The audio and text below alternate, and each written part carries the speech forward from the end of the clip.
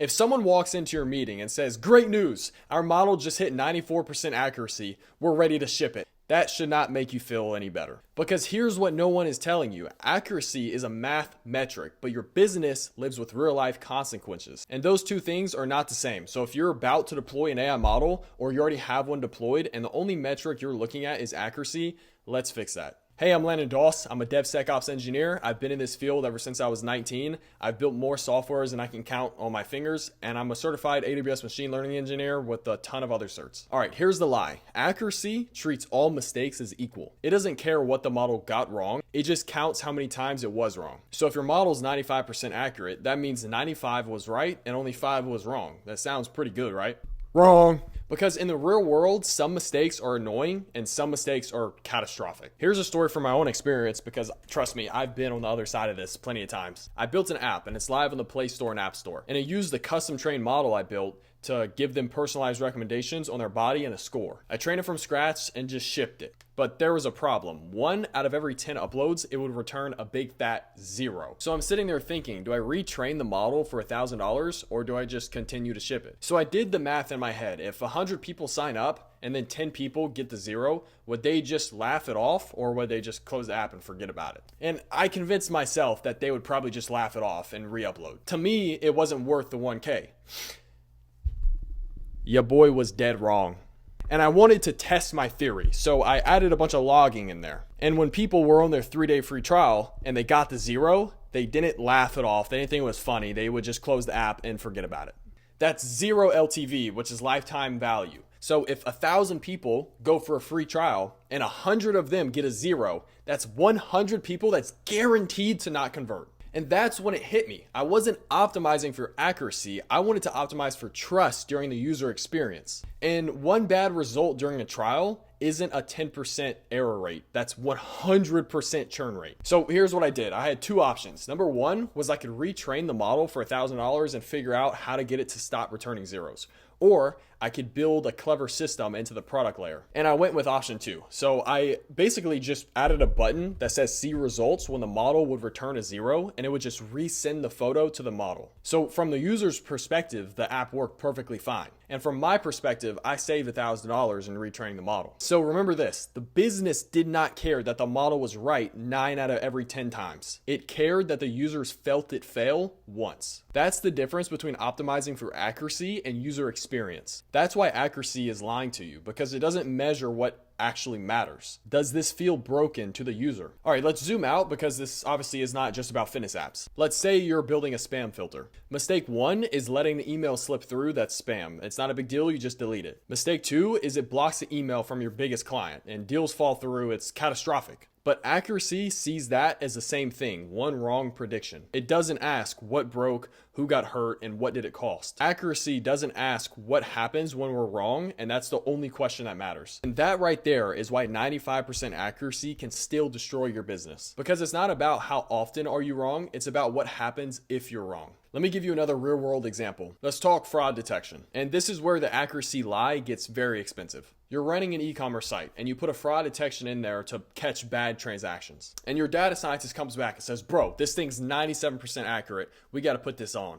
And y'all deploy it. Everyone's excited. And then 2 weeks later, your head of customer support walks into your office. We have a problem. Customers are furious because we're blocking real transactions left and right. What happened? Your model made 2 types of mistakes, a false positive and a false negative. But from a business perspective, a false positive is a 1-star review from a customer, a real customer getting canceled.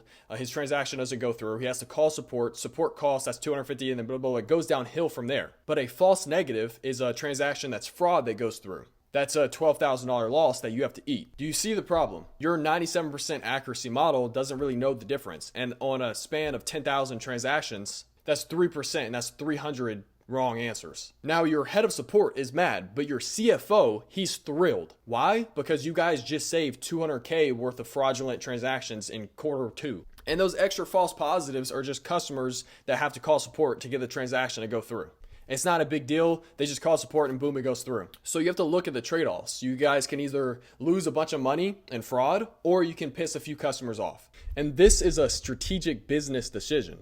And if you're optimizing for accuracy instead of impact, then you're optimizing for the wrong thing. And this is how we fundamentally think about AI success. So here's what you need to understand. Accuracy is an engineering metric and impact is a business metric. And those two things measure completely different outcomes. Accuracy tells you how often was the model correct. Impact tells you what happened based off the model's decisions. I need to be crystal clear. Accuracy measures how many predictions were right, what was the percentage, and did we beat the benchmark? Impact asks, did customers churn? Did we lose money? Did we protect trust? And are we aligned with business goals? And most teams optimize for accuracy because it's just easier to measure. You run a test, get a number 94, and boom, done. But impact is very messy. It's revenue protected, customers retained, support tickets avoidance, and brand reputation management. And those things are hard to measure, but it's what actually matters. So stop asking how accurate is the model. And I'm not gonna downplay it as if accuracy really doesn't matter. Obviously, if your model is 0% accurate, that does matter. But start asking, what does each type of failure cost us? And this is called cost-weighted thinking. And this is what separates people from building, demos and actual real businesses. Once you start thinking in cost, everything changes. You stop kind of celebrating that 97% accuracy and you start asking, what's the 3% we're getting wrong? What is that 3% going to cost us when it's wrong?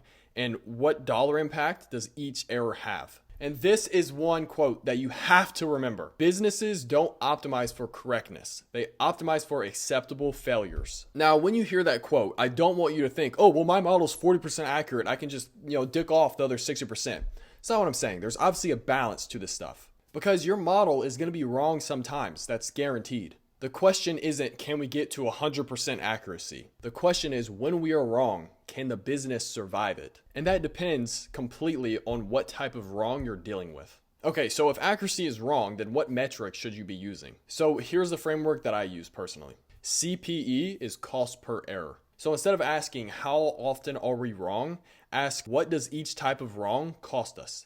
So map it out. What does a false positive cost in dollars, support time, etc.? What does a false negative cost in revenue, support cost, or missed opportunities? And what's the total cost per week if we just do nothing? Then optimize your model to minimize total cost. And this is how you turn an engineering problem into a business problem. And this goes back to the fraud detection that I was talking about.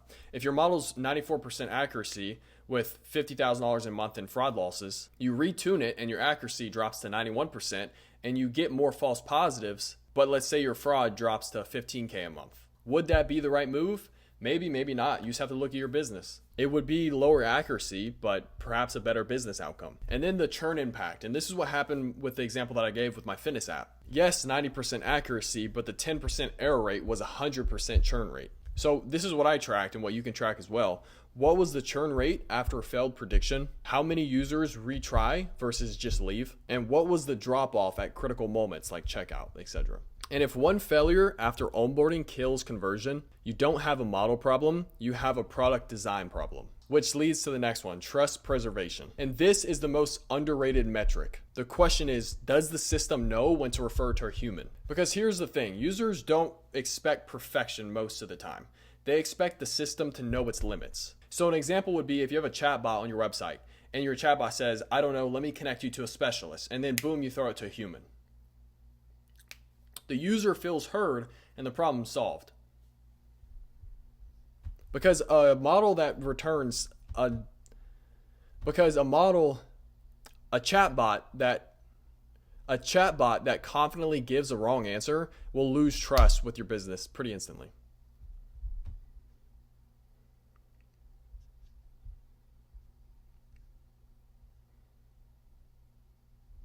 And then number 4 is outcome metrics. So finally, you have to measure what the model enables.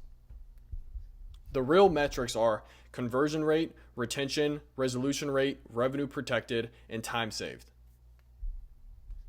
And these are business metrics, not AI metrics.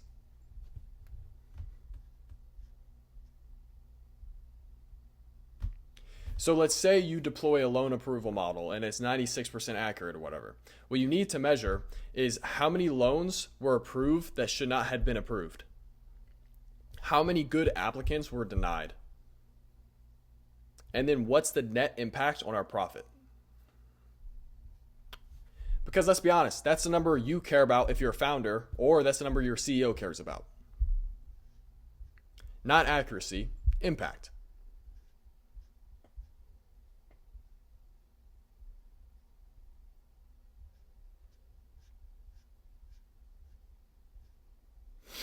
And then lastly, we'll cover up with this section. I'll try and be super fast. The system.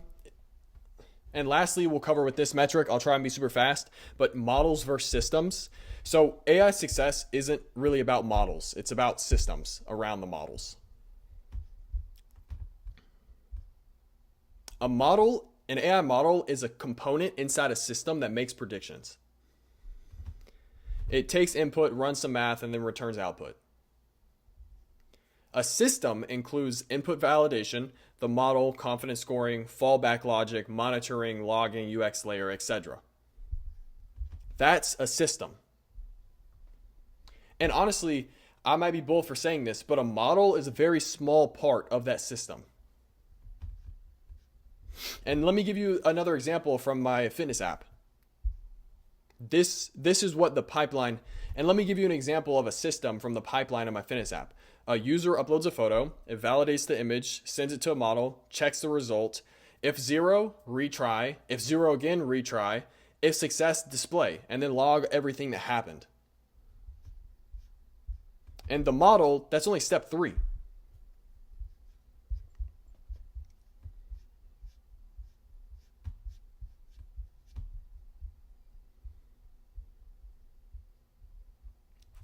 So remember, most teams don't fail because their model is bad.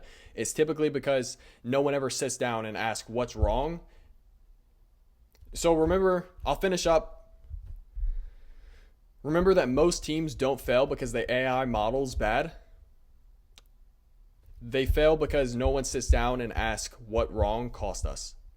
Thank you for watching. I really do hope this helped, and I have a lot of editing to do now. See you guys.